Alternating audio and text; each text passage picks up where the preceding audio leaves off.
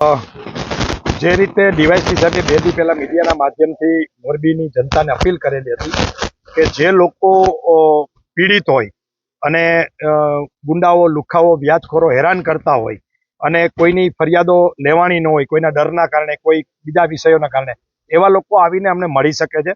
તો આજે મોટા પ્રમાણમાં પીડિત પરિવારો ને લઈ અને અમે ડીવાયસપી સાહેબ આલ સાહેબને રજૂઆત કરવા આવ્યા હતા.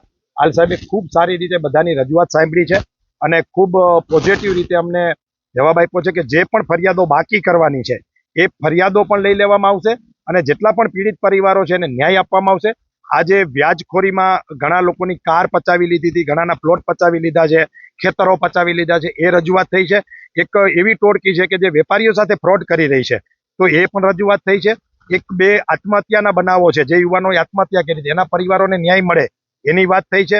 સાયબર ફ્રોડ થયા છે એની પણ આજે વાત થઈ છે અને વ્યાજખોરીના ખાસ કરી અને જે જગ્યાએ રોમિયોગીરી થઈ રહી છે એની પ્લેસ અને એવા રોડ રસ્તાઓની પણ વાત થઈ છે કે ત્યાં આવા રોમિયોગીરી કરતા લોકો ઉપર પણ કાયદાનું ભાન થાય અને પોલીસ કડક હાથે કામ લે.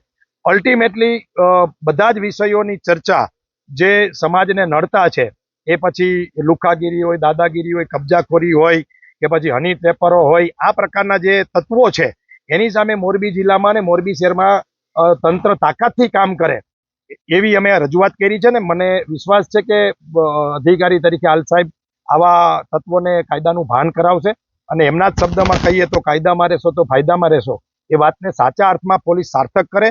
કોઈ પણ નેતાની, કોઈ પણ અધિકારીને કે કોઈ પણ આગેવાનની ભલામણને રાખ્યા વગર એ કોઈ પણ જ્ઞાતિ જાતિ ધર્મનો માણસ હોય એ જો ગુનેગાર હોય તો એને છોડવો ન જોઈએ, એની ઉપર કાયદાનો સકંજો આવવો જોઈએ એવી અમારી આજે માંગણી છે. ને કોઈ નેતા, ખાસ કરીને સરકાર અને સરકારની પાર્ટીના જે લીડરો છે એ કોઈ પણ ગુનેગારને ન બચાવે એવી અમે આજે રજૂઆત કરી છે.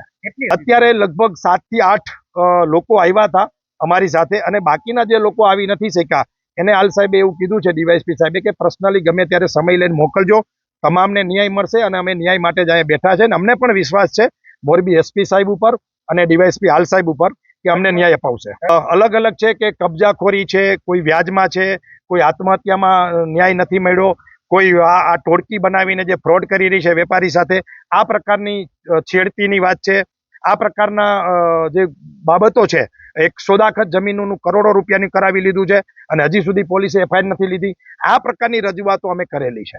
અમને આજે જ 1-2 ફરિયાદોનું તો જે ડિવિઝનમાં છે એમાં અધિકારીએ કીધું છે કે અત્યારે તમે એ ડિવિઝનમાં જાઓ કે બી ડિવિઝનમાં જઈને કરો અને બાકીની જે ફરિયાદો છે એ આવતા દિવસોમાં ફરિયાદીઓ પોતાના લાગતા પોલીસ સ્ટેશનમાં જઈ અને ફરિયાદ કરશે અને જ્યાં જ્યાં અટકશે ત્યાં અધિકારીને જાણ કરવાની અમને બાંહેધરી આપી છે.